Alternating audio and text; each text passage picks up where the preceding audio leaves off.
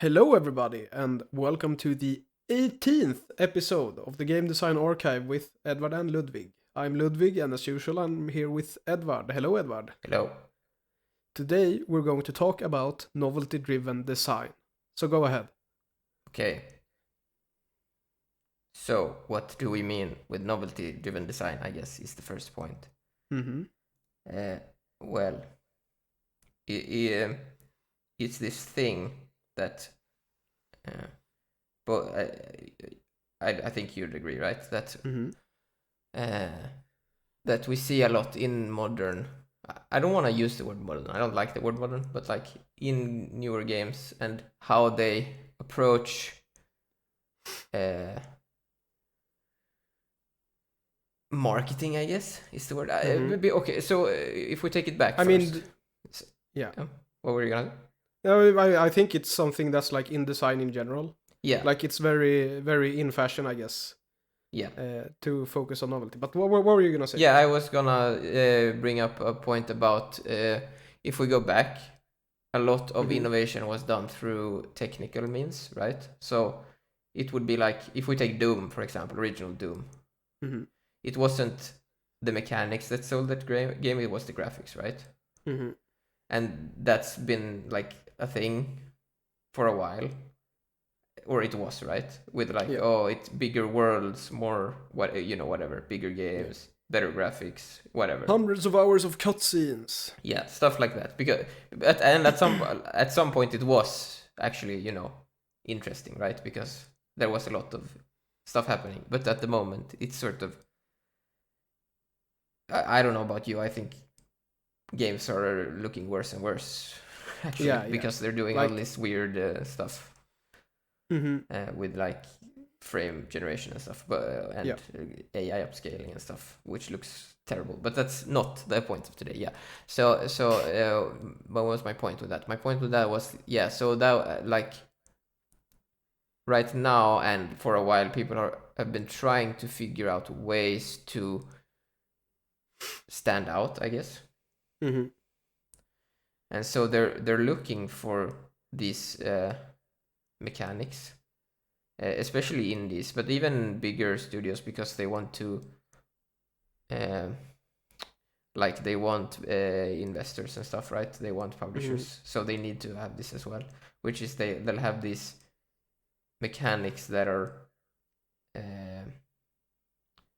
I guess, they're easy to explain, right? But not necessarily interesting. Yeah. So it's so it might be an interesting mechanic. It depends, right? But that's not really what makes the game good. It's sort of just some words that could be interesting or not, depending on how it's executed, right? I feel like a lot of modern designers don't think, or don't think. Period.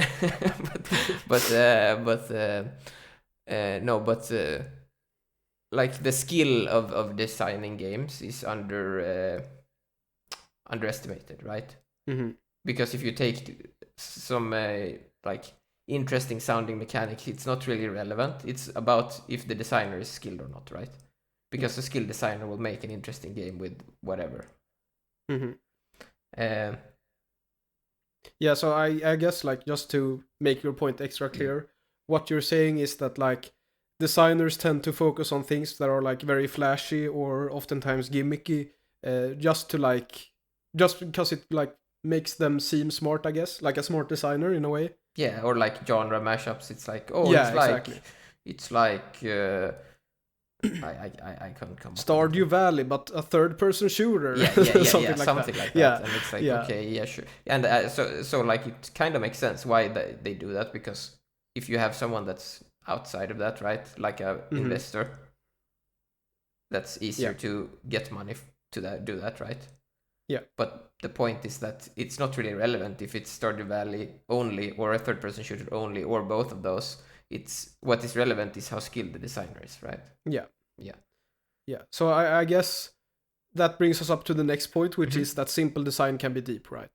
Yeah, I would argue. I mean, I guess it can be not deep, but of course. But like, going back to what you said, it's like you can make a game that's like, oh yeah, it's a first person shooter where you walk around and shoot people, and it's like, it doesn't sound very unique or interesting, but it can be very well designed, so that it is unique and interesting, right? Yeah. Like, it doesn't have to be like, oh yeah, this is a first person shooter where you can teleport or something like that, you know? Yeah, and it's even, go ahead. Even like worse than that, in my opinion, for the, because if you take like movies, for example, I guess I don't know how it works in the movie world, but I guess they like have some like story selling points or something. I don't know, but let's say we're watching horror movies or something. I don't know why I picked horror movies. And there's this director that does a bunch of horror movies, right? It's not really relevant to me, at least. Although I don't watch horror movies, right? But to me, it's not really relevant what gimmicks, in quotation marks, the director put in the movie, right? It's like, oh no, it's this horror movie guy that does a bunch of horror movies, right? So obviously this is gonna be a horror movie I like or not, depending on if I like that director's movies, right? But that's not how it works in the game world, right? In the game world, it's like, oh no, we need to do the thing you said with like Stardew Valley and third-person shooter because that's marketable for some reason. Instead of like, you know, making cool stuff, I guess. I guess they do it sometimes, right? But that's more on the like trend chasing side, right? They'll do.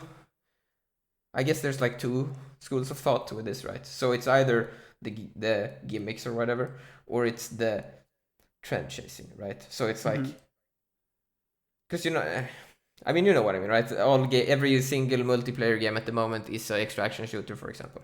Yeah, it's not necessarily they're doing some gimmicky thing. It's like, oh no, that's popular, so we want money and we're gonna make a popular thing. But the other side of that, right, is the more gimmicky side, I guess. Yeah. And like, also, I think it's not really like, because we've been talking about marketability, right? But I also think that a lot of people see this as like innovative design, I guess. It's like taking Stardew Valley and mashing it up with a third-person shooter. That's innovative. Right, yeah.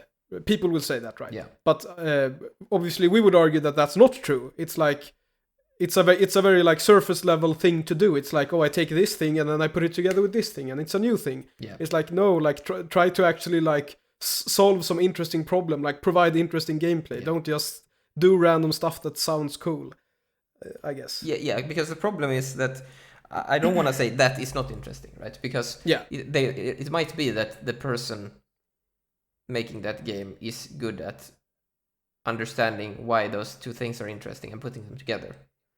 But I feel like most of the time that's not the case. It's like you said, they're just trying to find something they can market. Yeah. And the relevant point is how skilled the designer is, again, right? It's not how interesting their gimmick is. Yeah. And you'll see that on a lot of stuff that is gimmicky, actually, that is interesting. It's usually people that know what they're doing. We'll get to that later. Yeah. Yeah, I guess because I wanted to bring up an example of a game that I think has fairly simple design, but it's also very deep and interesting. And that's The Witness. Now, The Witness has a bunch of like, for those of you who haven't played it or seen it, it's like a puzzle game where you walk around in a world. Like, it's a very beautiful 3D open world island thing. And then on this island, you have screens where you like solve mazes. And like, the actual like puzzle gameplay or like in The Witness is fairly simple, right? It's like you draw the line from the start of the maze to the end. And then, as the game progresses, like a few rules are added, and then, these rules are like together with each other on the same map and stuff like that. But like the actual like core puzzle solving gameplay is not like crazy or like 50 billion mechanics mashed up or whatever. It's like, it's very simple. It's like, okay, you click at the start of the maze and then you drag your mouse to the end, and then you need to do it in the right way. Yeah. And like that game is even though I guess is my point, even though that like sort of puzzle gameplay is fairly simple, it's a very interesting game because of how it like how it executes it, I guess. It's like, it's a very well designed game. Yeah, I guess. Yeah, go ahead. Yeah, go. No, I was gonna say, I guess it pushes the limits of the constraints of that system very hard, which is why it's interesting. Exactly. I guess it's kind of the point. It's like the core gameplay is very simple, but what it does with it is like very innovative and like unique. And I don't want to spoil everything because it's a very good game and you should play it. But like, I don't know what to say without spoiling it. But it's very good, and it's like it's super deep, and it's still simple. I guess that's my point. Yeah. And obviously there's like a bunch of overworld stuff where you're walking around and things, but like, yeah, and also I don't want to. It doesn't like, back to our original point, right? Mm-hmm. It's really hard to do the thing we like explaining that game in terms of gimmicks or like some marketable thing, right? Yeah. It's not that easy. It's like, oh, you draw some lines. Yeah. Okay, why is that interesting? I don't know. Yeah. And the thing is, that game wouldn't be interesting if it wasn't designed by Jonathan Blow, right? That's basically why it's interesting. And that's sort of the point I was trying to make earlier. Like, the reason that game is interesting is not because you draw lines on a panel. It's because Jonathan Blow designed the game, right? Yeah. I mean, there's other good designers. I'm not saying he's the only good designer, right? but what I mean is, he's good at doing puzzle games of that kind, right? Mm-hmm. It's not a gimmick. It's his thing. He does puzzle games like that. That are very, like, pushes the limits of the systems they are within, right? Mm-hmm. So it's sort of not relevant. Like, I don't know about you. Like, to me, it wasn't like, oh, this game, The Witness, the gimmick or mechanic of this game sounds really interesting. I'm gonna buy this game. No, it was like, well, the guy that made this game, he's kind of good at making puzzle games. I guess I'll buy this game, right? Yeah, and then I'll figure out while playing it why it's interesting, right? Yeah, because you can't say it with words, right? That's the point, sort of a game, that you need to play the game to get it. You can't just say what's interesting about it. Then it's not that interesting. Mm-hmm. Yeah, I think before I like bought and played the Witness, the only thing I ever heard about the game is like, oh, well, it seems pretty simple, but it's actually like super, super deep. And it's like, it's a very, like, it showcases very well what we're trying to say, right? It's like, there doesn't need to be a crazy gimmick that's like super, like, sounds super impressive. It's like, yeah, this is a very simple game that's well designed, and like, that's enough. Like, The Witness is one of the best games I've ever played, and it doesn't have any crazy mechanics. Yeah. You had another, go ahead. Yeah. There was another example I had, which I've been talking about Silksong the last few episodes, and I've been playing Silksong since it released, and I think it's good. You should play it. And one thing that Silksong does that I find really interesting is with the pogo. So I think I've talked about this before. It's like pogos in games that have pogos tend to be very overpowered. It's like you're safe, you're flying above the enemy, like, you don't take any damage, and you can just safely pogo down on the enemy over and over again and bounce back up and down. And it's like, usually pogos are pretty bad or pretty poorly designed, I guess. And there are two ways that Silksong solves this. The first one is that at least at the start of the game, sadly, you can like unlock something that removes this. You pogo diagonally, right? So you don't pogo straight down, you pogo to the side, so you need to aim it. So you can't like fly above the enemy all the time and just follow them around. You need to actually like plan ahead and aim where the enemy is going. Yeah. And then the second thing they do with the pogo is that they have enemies that when you pogo them, just jump up in the air without warning. Which means that you take damage. And it's like, those two things solved the pogo problem like completely for me, and it's so elegantly done, and it's so impressive in a way, because I think that most designers would try to solve the pogo with some kind of gimmick, right? It's like, oh, you have the pogo bar, so you can only pogo 3 times before you explode or something like that.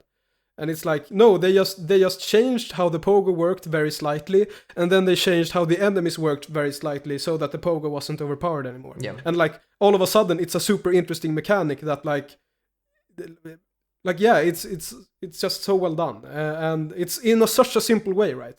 I think like especially the enemies just jumping up whenever you try to pogo them, like that's actually genius design, because like it solves the problem completely, and it's such a simple thing to do, and it's like you can't really market that, right? Going back to what you mentioned in the beginning, it's like, well, oh yeah, Silksong is really good because they made the enemies try to counter your pogo by jumping. It's like that doesn't sound very impressive, but like the gameplay implications of that are very interesting. Yeah, like they mean that I have to like reconsider what I'm doing, and I can't just pogo all the time.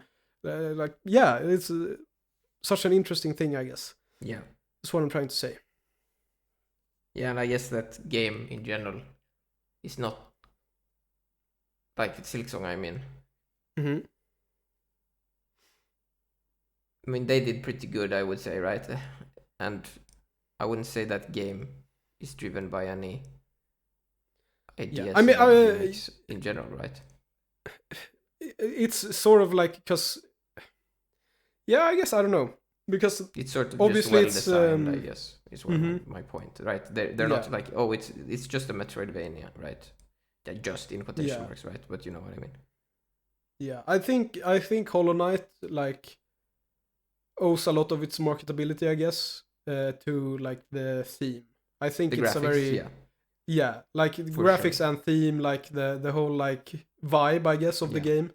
It's very like I think it's that's very fine, right? I think that is one point that a lot of games actually do get right. Like there's a lot of games that look really interesting but aren't, basically, right? Yeah. That's Silksong just happens to be one where both are well done, right? Yeah. Where it's, I mean, I would interesting look.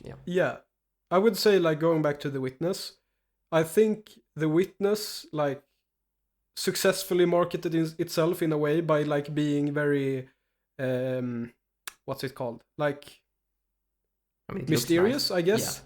Yeah, like the way The Witness is marketed, it's like, oh, it's a mystery game almost. Yeah, it's like when because you're like on this island and there's like a bunch of like rock people that are like frozen and whatever, and you're trying to figure out what the mystery is or whatever. Yeah, it's sort of like those old point and clicks, right? I don't remember the names.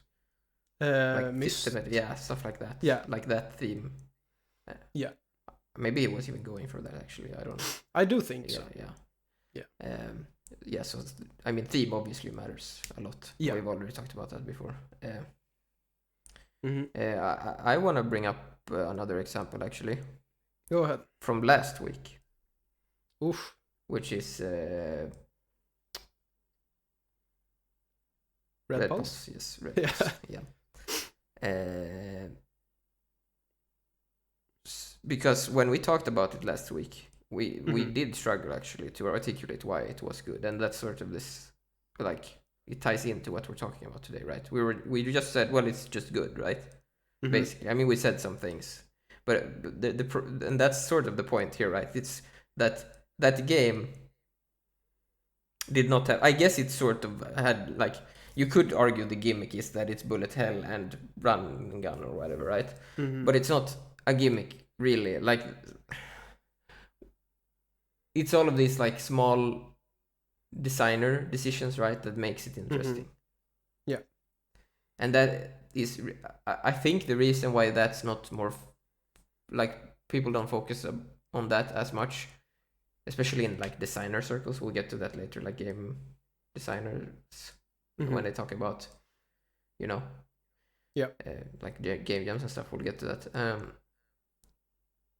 What was my point? I was talking about. I lost my point. It's a simple game, but it's good. Yeah, I mean, simple.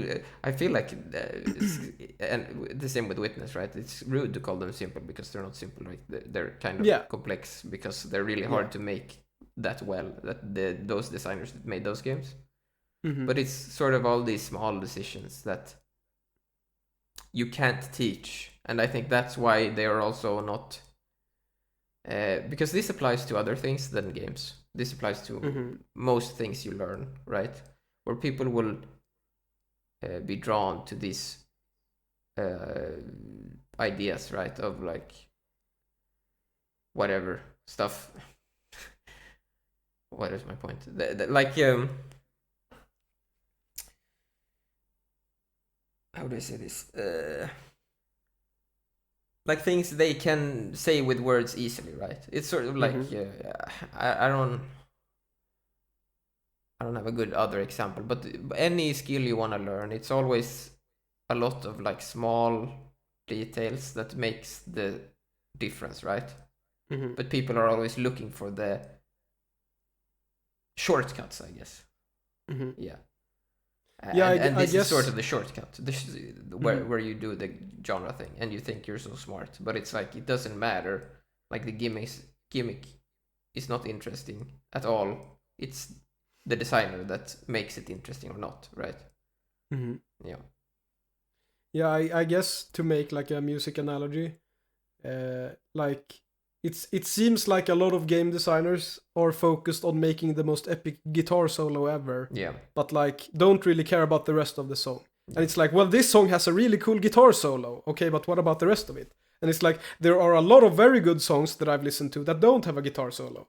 But it's like, but maybe it's not the best analogy ever. No, but because you get because what I'm in that trying to say. case you can like, what if they're actually the best guitarist ever or whatever, right? And then it is interesting. Yeah. But yeah, this is like I feel like in the game designer world, this is more like it's like bad designers trying to figure out some way to make some gimmick that they can sell, right? Yeah. And it's not about that. It's about getting better, right? Yeah. They should learn how to make good games, not how to, because their gimmick game will be garbage. I can guarantee you their gimmick game will be garbage because they don't have the skill to even make the game. Like you said, if we're making a shooter or whatever, and we want to make a Stardew Valley shooter for some reason, okay, well, that's a super terrible combination, but that's what we're doing, okay? Obviously, if you don't have experience making a lot of shooters, you're not gonna make a good shooter / Stardew Valley hybrid, right? You need to know how to make good shooters first. And that's sort of the thing. They want to skip that step, right? They just want to make the gimmick, and all the games are always uninteresting. Well, I think in a way the problem is like bigger than that, because I think that a lot of designers think that gimmicks are the gameplay in a way. Yes, like, but that's because they're unskilled. That's my point. Yeah, exactly. It's because they don't really play a lot of games and they don't design a lot of games, so they don't know what gameplay actually is in a sense. Yes. And that's like, because then they just focus on stuff like, oh yeah, like, like we've been saying, super easily explainable things that like aren't really deep or whatever. It's like, oh yeah, this is like Stardew Valley but a third-person shooter. It's like that's what they think game design is, like coming up with that combination. But like that's not what game design is. Game design is like as you said, it's the small details that matter, and they don't understand that in a way, I guess. Yes. Yeah, and I guess we could bring up unique selling points here, right? Because that's sort of partly what we've been talking about, right? A lot of, so like if you go to game designer school or whatever, right? They will tell you to write these game design documents and stuff, right? And they'll have you you need to pick out like unique selling points, right? That's how you design your games. That's how they teach you how to do it, right? Which is terrible, right? Because that's not important at all. Yeah. But that's sort of the approach they take. Like the focus is on finding something unique on paper. Yeah. Which is, again, if we make we made the movie analogy, so let's make the music analogy now, right? Where if you're rock, like if you make rock music, right? And you're gonna make a new album. Your new album does not need a fucking new, it doesn't need a fucking unique selling point, right? That's not how you make rock music. How you market your rock music is, well, if you like rock music, you're gonna like my album, right? if I'm good at making rock music, I mean, rock is a very general genre, but you know what I mean. Yeah. You can pick whatever genre you want. You get the point, right? The point is you make some, you figure out, and I guess they do this as well, but they do it wrong, right? It's sort of more important what your target audience is, right? The problem is the target audience is always casuals, right? for the bigger companies, right? Because they want the most money. But yeah, like it's sort of stupid to focus on what is unique and interesting, because if you could explain that with words, then the game wouldn't really have to be made, if that makes sense. It's sort of these details again, right? If we, like we mentioned with like the witness, it's these intricate details about how you interact with these panels, right? That is interesting. And if the designer could explain that with words, he wouldn't make a game, right? Then he could write a essay or something instead, right? Yeah. If it was possible to explain it in that way. So I don't know. It's and I mean, I get why they're doing it. Again, we've already mentioned it. It's to sell it to the investors and stuff or whatever, or like, yeah. And I guess, like, you know, talking about the music example again, it's like when a friend recommends you a song, they don't say, wow, this song is so cool. It's a rock song with, I don't know, crazy instrument, a saxophone. It's like... Although that sounds kind of cool, actually. Yeah, but like most of the time when someone recommends you a rock song, they just say, oh yeah, this is a really good rock song or whatever. It's like, that's all you need to say. Yeah. And like, your friend's recommendation is enough. Yeah. And like... And the fact that you know that you like rock, right? Exactly. That's sort of the thing as well, right? It's like, oh, play this puzzle game. Well, if you don't like puzzle games, maybe that's not... Yeah. You know. Or maybe someone says, oh, you don't like puzzle games, maybe try this one. Yeah. This is really cool or something. But they don't say, oh yeah, listen to this rock song because it has a saxophone. Like, that's the selling point. Yeah, no. It's like, yeah, of course, a good rock song can have saxophone, but like, it having saxophone doesn't make it good. Yeah. I guess is the point. Yeah. You had an example you wanted to... I guess we can bring up the class. I would argue this is the classic example of gimmicks done right? Where this is a game that a lot of people bring up when they talk about gimmicky design, which is Ikaruga, which is it's a bullet. I mean, I would say it's bullet hell, but it's a shoot 'em up game, and you have a polarity mechanic. And a lot of people think this is very innovative, and it is kind of cool, right? Where you use, there is, I don't remember if it's black or white or whatever the colors are called, where you can swap. They're blue and red in game, right? Where you can swap between two colors, and sort of what you can hit and what you can dodge depends on what mode you're in. So you swap between the two modes. But the thing is, again, like the things we've already said, the reason that game is good is not because, wow, that was such a cool and interesting gimmick. It is an interesting gimmick, but the reason it's interesting is because the designers are skilled at making shoot 'em up games, right? They've made a lot of... if you look at the developer Treasure, they've made a bunch of other games before it, and the developers, go back even further than the studio, right? So the things that are interesting, the things they're doing that are interesting in that game with the mechanic, like the polarity mechanic, comes from the fact that they know what, or at least partly, right? But I would argue they know what makes that kind of game interesting, and so they can how should I say this? Like, they can do interesting things with... It's really hard to explain. Like they'll know that, okay, this thing feels nice if it works this way. So yeah, how should I explain this? Like they can do interesting things with the gimmick, right? Because a gimmick is not interesting in itself. Yeah. So they can do things that are like, to someone that plays that kind of game, it's like, that's really interesting because like I need to think about this thing now in this way, right? Which you can't do if you're not experienced in making that kind of game. Yeah. I still think there are better like shoot 'em ups, obviously, right?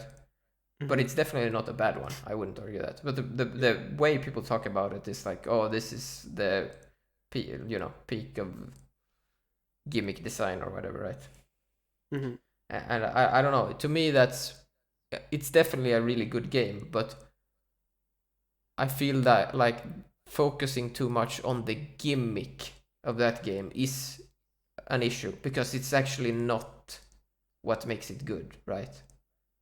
It's the designers being good designers that makes the game good, not the fact that you can swap. But the focus is always on the gimmick because it's easy to explain to someone else, right? Yeah. I think that's also like because I don't play as many shmups as you do. I've only like dabbled a little bit casually, and it's like, but I feel like a lot of people that like aren't into shmups at all know about Ikaruga. Exactly, that's what and I mean. None they don't know any other shmups. Yeah. It's like, but they know Ikaruga because like that's the gimmick shmup. Yes. It's sort of silly, I think, because which also, as you said, I guess there it are proves that it helps marketing, I guess, to have a game. Yeah. But like as you said, like there are a bunch of other shmups that I've played too that I think I actually haven't played Ikaruga, so I shouldn't say that. But like I'm sure there are shmups that are better than Ikaruga, right? Yeah. But like Ikaruga is the most famous one. I mean, and also like in my opinion, again a bit, right? Gimmicks also take away from other parts, right? So if you don't the fact that they have the polarity mechanic means that takes away from something else, right? Which is not necessarily bad, right? Because other games do that, right? But that's sort of my point with like that. I don't think it's the best shmup because the polarity takes away from the core, right? Of like, because it becomes shoot, dodge, and polarity, right? Instead of just shoot, dodge. So you can't focus as hard on shoot, dodge, if that makes sense. So you couldn't make a Toho crazy bullet pattern in Ikaruga or whatever. Yeah, I get what you're saying. I mean, you could probably, but I think that would be overwhelming. Maybe, I don't know. Yeah, well, I mean, kind of the point of the gimmick is that like some bullets damage you and some don't, right? Yeah, so you lose out on the like punishing you in the corner or whatever, right? Getting stuck or whatever. In a way. I mean, they do really innovative stuff in that game, to be very clear, right? In Ikaruga, they do smart stuff with the polarity stuff, for sure. But, again, the point is, it's not the polarity thing that is cool. It's that they did cool stuff with it, I guess. Yeah, I get what you're saying. Yeah. We had another example of a bad gimmick. I don't know. Do you want to take it? Because I think you have some strong opinions about it. Sure. I haven't played it a lot, so I played it when it first. I don't know if it was beta or something. I don't remember. It was early, which is the finals, the multiplayer game. And I remember when I played that, I was actually positively surprised first because I was like, oh, this game feels kind of nice to play, right? A lot of modern shooter games feels really bad. Do you agree? I don't know what it is. It's sort of super hard to explain. It's just like I don't know what they do. It's maybe something with like the frame pacing or I don't know. Or like how they do the physics. I don't know. Like, if you compare shooters from 10 years ago moving around in them just feels better. Maybe it's just too much like. I think inertia is a problem. Stuff and, but yeah, like because one important point about the finals is that like it's made by Embark, right? Yes, which is former DICE. Previously DICE people. Yeah, it's so the real like, DICE. It was very obvious when it released that like, oh shit, this is made by the people that made Battlefield. Exactly. Like it feels like a solid Battlefield gunplay game, you know? Yeah, even the movement looks like it's that like slow, like the animation. It's just gonna sound bad, but it's like your movement speed doesn't match the gun swing animation or something, and it looks really, really, really similar to like Bad Company 2 or something, right? The old DICE. Yeah, like the running animation is too fast. Yeah, compared to how fast you're running. Speed or something. Yeah, but it feels exactly the same. Yeah, and all the like, it looks really nice. But the big issue, in my opinion, I don't know if it's going. Yeah, I think it's going okay for that game still, but I think it would do better if it didn't do this. Which is they focused a lot on a gimmick, which is it's 3v3v3, right? It's 3 teams, and to me that does not work at all. I don't know about you. Yeah. I don't, because you can argue, oh, it's not competitive, it's casual all day, but I don't know. Even casual competitive stuff, right? You know what I mean? Like you compete casually. I don't want some random ass team coming in and it's because like the same thing always happens. It's like two teams fight, and then after they fight, like their fight finishes, the third team comes in and wins. And that game was especially egregious because like you could steal the objective from people, right? But like the progress bar of the objective was like it was kept when it switched teams, right? So it was like, I think it was like you planted a bomb or something. It was very, very bad.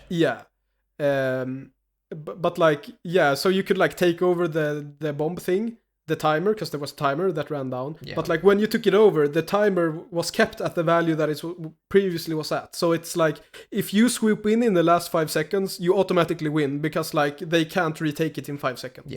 But I do think that game is a very interesting like example because it's very obvious that the designers don't know what they're doing.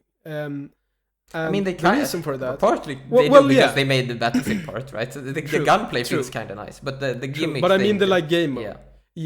And the reason for that is because I think the final tries to take itself very seriously. Like it tried to be a genuinely competitive game. That's my impression, at least. Like from the marketing and like from the game itself and from what the developer said. Like they wanted the finals to be a competitive game. Okay. But like. Or do you disagree? I don't know. Like, to me, if you have a 3v3v3, you sort of immediately are telling me you're not competitive. Yeah. And that's the point I want to make. That's why I think the designers are bad. Because, like, on one hand, they wanted to make this competitive game, right? But on the other hand, they made a game that's 3v3v3. And so, like, it's automatically uncompetitive. Yeah. And it's like, this is sort of what we're talking about. Like, they just threw the gimmick in the game, and then they didn't care about the implications. Like...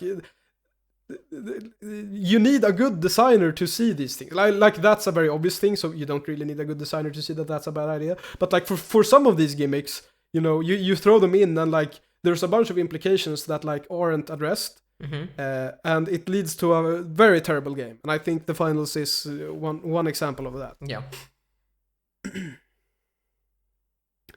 Do you have anything else you want to say about the finals? No, I don't like it. Okay, so then.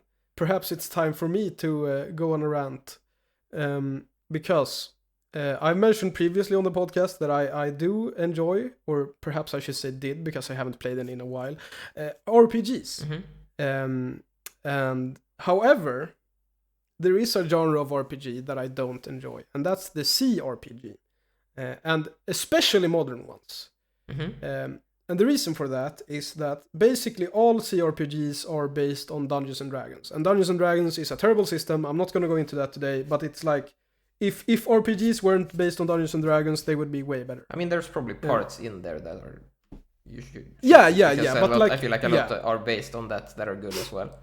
Yeah, true. But like, you know, if you look at like Baldur's Gate or Pathfinder or what are they all called, like Pillars of Eternity, all of them, they are like based like very like a lot on D&D or Pathfinder obviously, but it's kind of the same thing. But the thing that these games do that annoys me a lot is that they lean very heavily into gimmicks. So I have 2 examples of that, recent examples, and that's the Pathfinder games, as I mentioned. They have like this weird, I think the first one has like a weird kingdom building mechanic, which is like completely disconnected from the rest of the game, but also not.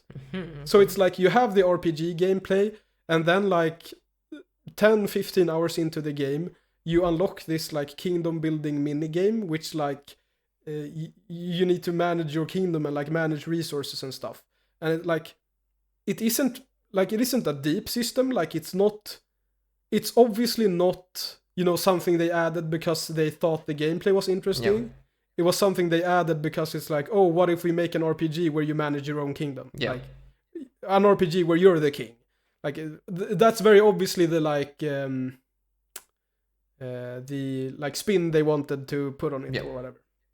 And the problem with this is that the kingdom building system sucks. Like it's not interesting. And in fact, it sucks so much that I don't know if they did this on release or if they did it in a patch after, but you can turn off the kingdom building mode. Okay, nice. And like, you know, we've talked about this in a previous episode of like difficulty select and like choose your own design, whatever. Like that's bad. That like when they say, oh yeah, this isn't like because it's a very big part of the game. Like it's time consuming and like you need to actually care about it if you want to like play the game well. Yeah. But like they obviously don't care about it, like the gameplay implications of it, because they let you just turn it on. And I think that's a perfect example of like, you know, modern gimmicky design. It's very... Because I guess the point I'm trying to make here, the reason I wanted to start talking about CRPGs is because I would be way more interested if CRPGs tried to like do something interesting with the D&D system. Or like change the D&D system so that it was actually good. But like none of them are doing that. They aren't like looking at the core mechanics of the RPG system and seeing, oh yeah, this is kind of broken or boring or whatever. Let's tweak some stuff so that it's interesting. They don't do that. They say, okay, let's take D&D and let's put kingdom building in it. Yeah. And it always ends up atrocious. And like all of the modern CRPGs do it. I don't know if Baldur's Gate does it. Yeah, Baldur's Gate 3. Because I haven't played it either. But like the ones that came like after Pillars of Eternity kind of revived the genre, like all of them had stupid gimmicks. And like, yeah, it's just so annoying. And yeah, probably I guess scared of tweaking that stuff as well. I feel like I think it's harder also with the bigger studios, because I mean those are not big studios, but they're like middle-sized studios, where it's like I feel like there's people that want to push those gimmicks, and then some people don't want them, right? And then it sort of becomes this thing where some people work on it and others just want it to, you know, die off. So like sort of internal politics or whatever, you know what I mean, right? Yeah. And and then they're too scared to like tweak the real stuff, right? Because there's too much money in it. Yeah. Which is lame, but yeah. But I guess the point I want to get across is like adding a kingdom building mode to your CRPG is not innovation. It's like it's just stupid. And obviously you can say, wow, this is an RPG where you're the king, and like that's super cool in the marketing or whatever. But like I would much rather see a CRPG that like did something interesting with the RPG mechanics. Yeah. And don't just add like a stupid minigame to it. Yeah.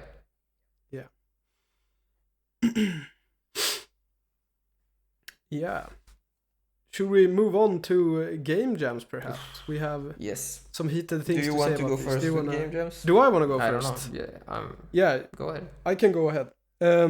So game jams, I like game jams in theory. I think it's a very cool thing where it's like, oh yeah, everybody gets together and is creative and whatever, and it's like a fun, friendly competition or whatever, and we all learn something from it. Yep.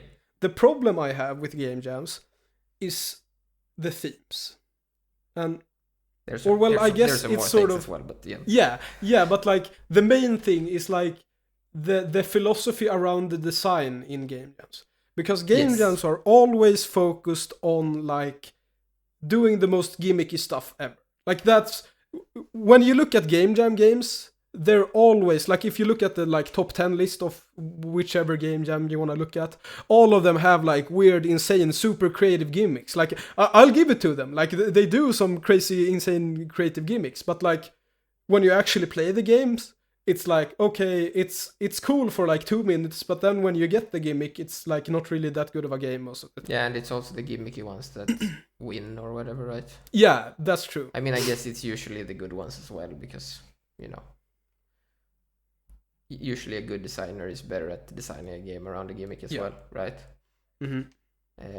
But yeah, even I think you're underselling the point here about the themes, which is like the themes themselves, I think, are a problem. They're usually very stupid, in my opinion. It's like, I don't know. Do you have a game jam theme? Circularity. I don't know. Yeah, I don't know. I don't know. The point is the themes are gimmick focused, right? They're not. Yeah. They're not because they want them to be implementable, or like they. Like they sort of mirror the thing we're saying with the design, right? Where designers like gimmicks because that's something they can explain easily. And so they make themes that are gimmicks that can be explained easily, right? Yeah. I guess the problem is that like the themes are thematic and not mechanical. Yes, they are mechanical sometimes, but not in the nuanced way, right? It's not like I don't know. Maybe I don't know how to do game jams like themes correctly, but like just ideas here, right? Maybe focusing more on feel or whatever, like because we've talked about this before, right? Where movie genres are describe feelings as opposed to game genres describe mechanics. So it's like, oh, it's a horror movie game. Horror movies makes you feel scared or whatever. Scared, yeah. It's sort of like that, not exactly that, but like similar to that, where like it's more about like how it feels, like I don't know, like frustrating controls or something. I don't know. That's probably a theme. I don't know, but you get what I mean. Like more focus on that stuff than the like. Oh, everything is, I don't know, everything is something, I don't know. Maybe I should have, wrote down some themes as examples. Looked up some themes. But they are very, like, stupid. They're like, oh, the floor is lava or something is a theme, right? It's like, okay, yeah, that's really interesting. Yeah. I think, like, I was in a game jam once. It was like a small game jam, not like online. Yeah. It was like, what was the theme? It was, I think it was like, genre blending maybe? Was the like, the theme, which is like the like perfect typical like theme to explain what we mean, because all of the games ended up being stuff like, oh, it's Stardew Valley but the third person shooter, and like none of them actually did anything interesting. And I'd much rather see game jams which are like more mechanically focused. Like I'd love to see a game jam whose theme is like pogos, and it's like, okay, let's do 500 games. Needs to do that. Everyone needs to do a game with an interesting pogo, and it's like, oh shit, we learned something now, instead of it being like genre blending and then everyone makes like, oh, what if I take this genre and then put something unrelated into it? Like, that's not interesting. Or something like decisions like have consequences or something. I don't know, something abstract like that. That's what people usually have as themes, right? They're too I don't know. Yeah. So it's like, I think game jams are like, they aren't inherently bad. It's just like the way everyone does game jams. Should be really Yeah. valuable, but they're not. Is the point I guess I want to make. Like from a design perspective. Yeah, like for game designers, game jams should be a way to learn design, and I think they do still, because they do design stuff, right? But it's not from the game jam itself. Like the themes and the they're just bad. Yeah. It's like the themes should encourage deep design, I guess. That's what we're trying to say. They shouldn't encourage like, oh, come up with the best gimmick and you win. Yeah. It's like, well, you kind of need to execute it well as well. Yeah, I mean, like, in the end, it doesn't make a difference, because the person that does understand game design better will make the... Because let's say some other person has a gimmick that is more interesting, it's not going to be more interesting because they can't execute on the gimmick, right? So even if it's still going to be the best designer that wins, right? Yeah, I mean, not always, maybe, but because like maybe you made something like completely like you made a really good game, but it's not at all on the theme, right? Then maybe you won't win or whatever, right? Yeah, because I think like a gimmicky game that's like good will do best in a game jam. Yeah. But like a non-gimmicky game that's good will do worse than just a gimmicky game. Yeah, maybe. At least that's my theory. Yeah. I think it depends a bit on the jam as well. Right? Yeah, sure. Because some jams are more... There is obviously a lot of game jams. We're generalizing here, right? There are like genre jams and stuff, right? Where it's like, oh, make, I don't know, visual novels or something. Right? And then they're like more focused, I guess, or something. Yeah. But I don't know. I still think the themes suck. Yeah, that's my point. Or that's my... Yeah. So, perhaps, we've been talking a lot of trash about gimmicks, right? I mean, we've praised gimmicks as well. Yes, we have. But let's do that a little bit more, because we don't think gimmicks always suck, right? There are some interesting areas where you could use a gimmick well. Yeah. I mean... do you... Yeah, I can... Yeah, do you want to go ahead? Yeah, I can just, like... I guess we've already touched on this, but... Like, for me... a gimmick... It sort of doesn't matter if there's a gimmick or not. It's more about if it's good or not. And does the gimmick add to the thing or not? I probably would argue that I'm a bit against gimmicks.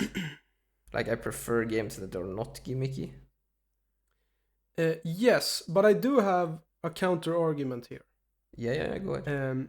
And that's that I do think that gimmicks can be used to, I don't know what the word for it is, like showcase or like put focus on something interesting. So I think, for example, a boss that's gimmicky can be quite interesting in a non-gimmicky game. Like, do you get what I'm saying? Yeah, but that's sort of similar to like what we said about the Witness, or no, not what we said, but like how Witness, like you have the core mechanics of the Witness, right? And then you could argue some of the mechanics in that game are gimmicks, but it's mechanics, but right? But they work in quirky ways, and so they change the rules in interesting ways, right? Yeah. So sure, I mean, if in that sense that's a gimmick, I guess, but... Well, I mean more like obviously, let's say we have an underlying system, right? And then for some reason the designer thinks, maybe it's like an interesting scenario if like this part of the system isn't available to the player when this happens, and so like they do some gimmicky thing where like that thing gets turned off or whatever. Yeah. Like it's very abstract the way I'm explaining. You can make a concrete, like let's say we have a platforming game, and then you have the ice level, right? That's a gimmicky level where like like you slide, and everybody hates that level because you can't move around properly, right? But then that's sort of interesting in a way because because of the gimmick, right? Yeah, and that's sort of what I mean. I guess to some extent it's like, I think that gimmicks can be interesting like in the level design, I guess, but perhaps not in the like core design of the game. Yeah, I mean, it can be in the core like, as well. It's just yeah, it can be. But yeah. I just think the argument that should be made is good design, not is there a gimmick or not, right? Yeah.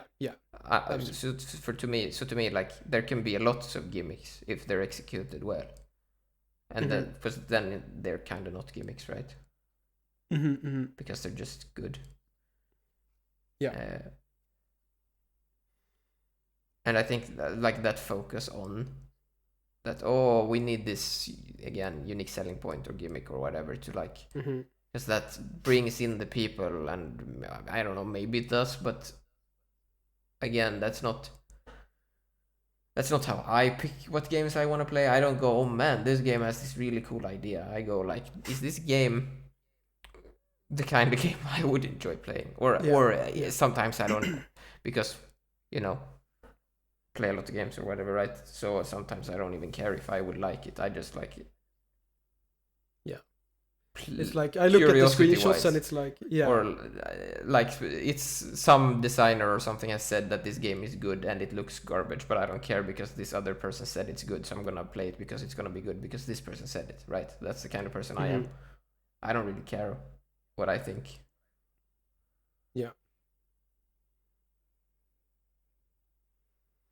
Yeah. Yep. Yeah, so I guess it's sort of unrelated, but also sort of related. We wanted to talk a bit about top-down versus bottom-up design.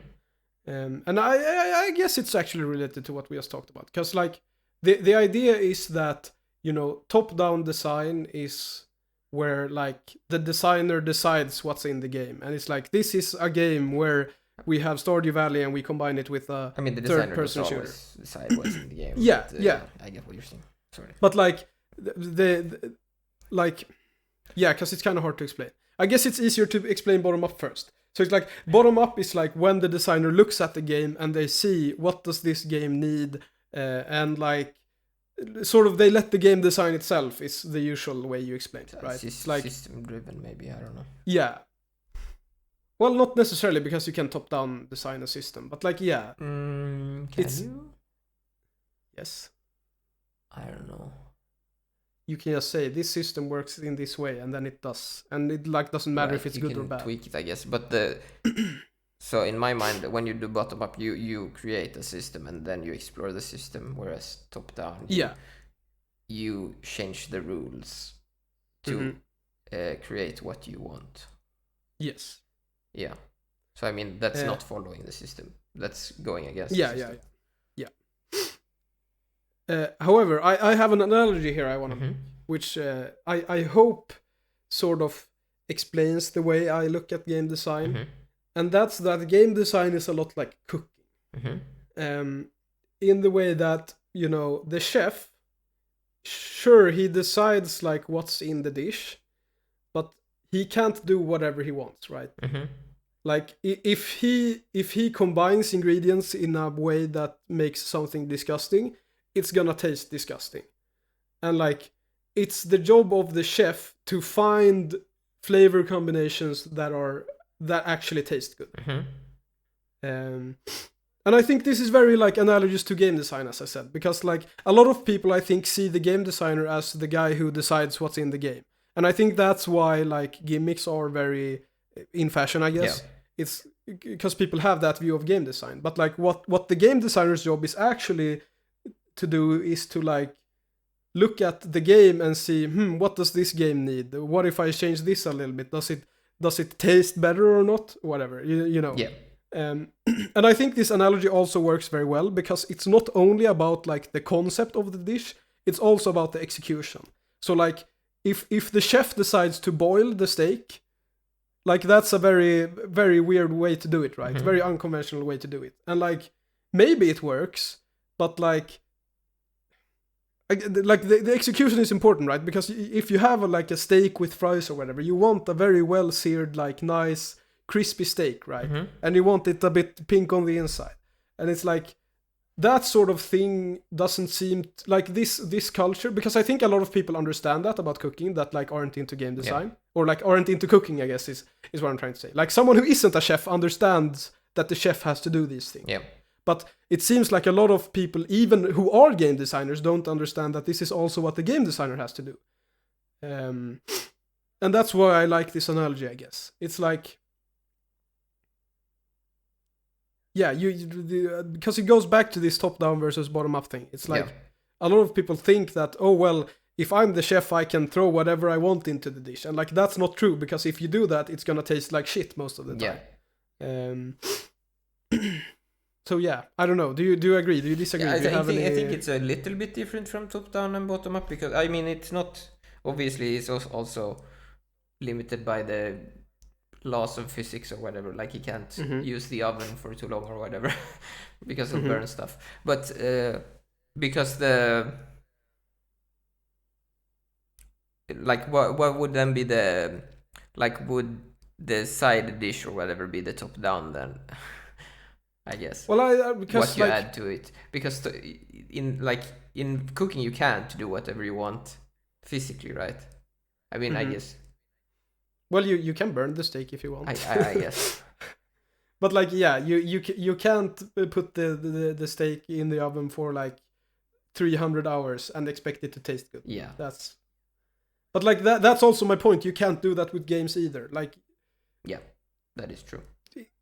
You need like, and it goes back a bit to the gimmicks as well, because like, so let's say I'm, I don't know, let's say I'm making a spaghetti dish or whatever, and for some reason I get the idea to like throw some chocolate in there because that's crazy. Yes. So it's like I have spaghetti and tomato sauce, whatever, and for some reason it's like, oh yeah, but it has chocolate in it, and that's my unique selling point. Yeah. And it's like, sure, if you can make that flavor combination taste good, go ahead, but like, it's not good because it's unique. Yeah. And I think a lot of people will go into a restaurant and they will see a generic dish and they will be fine with it because like they understand that the execution exactly pasta.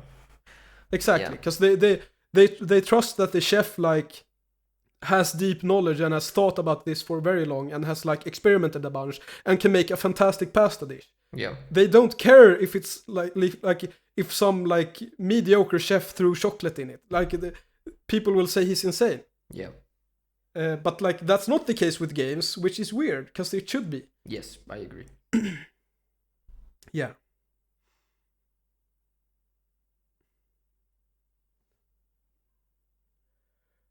We did have one other point. Do you wanna take it? It's sort of unrelated, so maybe we should save it for another video. But then that would be kind of mean to anyone who's listening. Yes. I mean, I'm thinking how to present this for this. Yeah, I guess it goes back to a bit. Yeah, it like ties into what we just mentioned about top down and bottom up, I guess, right? Where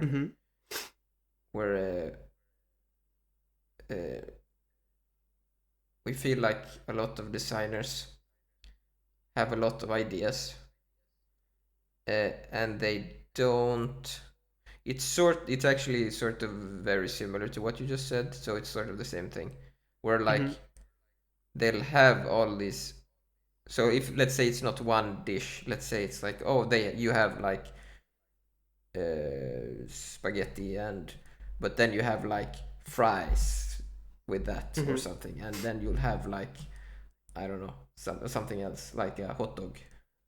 Yeah, and then like that's what you're eating, and it's like all those things are okay, nice, right, or whatever alone. But when you combine them, you don't really get anything interesting, right? And this also goes back to the top-down versus bottom-up, because systems that are very bottom-up driven, they create this naturally, where like... so like if we take music, for example, since music is based in the like physical world or whatever, you know what I mean? Like it's how move. Yeah, we don't have to go. You know what I mean? It's like audio things vibrating, right? Different materials or whatever, and at different speeds. So there is limitations in what you can do, right? So so it's inherently driven by that system, right? And like what sounds good, I guess.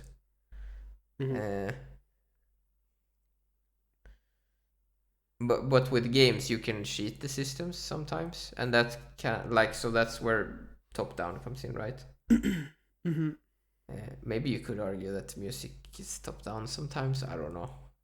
Like it depends on what system you're talking about. Like if you're talking about the classical system or whatever, you can cheat that obviously. Like I think that's actually a good comparison to do. Like so you know, like a lot of like at least Western music is based on this. You know the right? Scales and stuff. Scales and stuff. I don't know the terminology. Yeah, exactly. Yeah. And but I feel like in that world they sort of understand that that's sort of more guidelines, right? It's like, oh no, use this, but then you can be quirky if you want and like step outside this, right? Whereas with games, I guess this is a bit off topic, right? But with games, it's more like, no, you should do it like that or whatever. Yeah. What do you mean? Well, like with game design, it's like you do it this way or whatever, right? And it doesn't apply to that. I don't know. I don't understand what you mean. So you should always do X, and you should never do Y. Oh, okay. So yeah, I get what you're saying. So you're saying that like game designers tend to think that there are actually rules to game design. Yeah. Whereas music, I mean, if there's music people listening, they're probably gonna argue no, people are the same there, I guess. But I feel like they're still more accepting to stuff that is like breaking the rules. I mean, I guess gamers are that as well, not game designers. I mean, there's a whole genre of music literally about breaking the rules of music, and it's called jazz. Oof. So like, yeah. But yeah, I don't know. We've been talking for a while now. Yeah. I don't know. Do you have anything you want to add about this? Maybe we should sum up what we've talked about. That would probably be good. So, today's episode was about novelty-driven design. We believe that game designers are way too focused on putting things in their game that are easy to explain and to market. They need to be flashy, and they need to be cool, and they need to be quote-unquote innovative. But we argue that they aren't actually innovative because like they inherently aren't really a part of the gameplay in a way. It's like the design that's actually interesting and innovative is often very simple, and it's like it's the small details that matter. Yeah, and I think actually, because like so where's the harm, right? Is one argument you could make, right? And the harm is that at least I feel a lot of the time these gimmicks take away from the design instead of add to it, right? Yeah. Not always, again, if they're good designers or whatever, but and if they like yeah. Well, if they're good designers, then you know they either remove the mechanics or they got it to work, right? Or they make it work. Yeah. Whereas bad designers won't, and then they might have a good game because you know bad designers can make good games sometimes, right? But they'll have this bad thing attached to it, right? That's their selling point. That's not really selling anything. Yep. And game jams, they should have better themes so that it's actually about, you know, doing cool and innovative stuff instead of just boring gimmicks. Yeah, they should also, they have weird, this is very off topic, but they have weird rules about like what you can have in advance. So you can't have art in advance, but you can have code in advance, which is insane to me because it's about, like games are code, they're not art. Like to me, that's completely backwards. Like having art completely done before would make more sense than having code done beforehand. Yeah. So the rules. I guess it's kind of telling about what kind of people are in these games. Yeah. Hint: it's not people who code games. Yeah. I mean, obviously, you probably need some code in advance to speed it up. But my point is that the rules about what you can and can't have there should be very, thought out because the games are literally code, right? Yeah. Whereas art is just how it looks. Yeah. I agree. So that's it for today. Mm-hmm. Thank you for listening. Thank you for all Don't the forget to support. like and subscribe. Yeah. Leave comments. Lots of nice comments and stuff on the Leave last comments video. So are keep nice going. as well. Leave all comments. Yes, we love them. Yeah. We crave attention. Yes. No, we don't. We crave intellectual discussion about games. Yes. So let's leave do that in the intellectual comments. comments down below. Yeah, thank you for listening and goodbye, I guess. Bye bye everyone.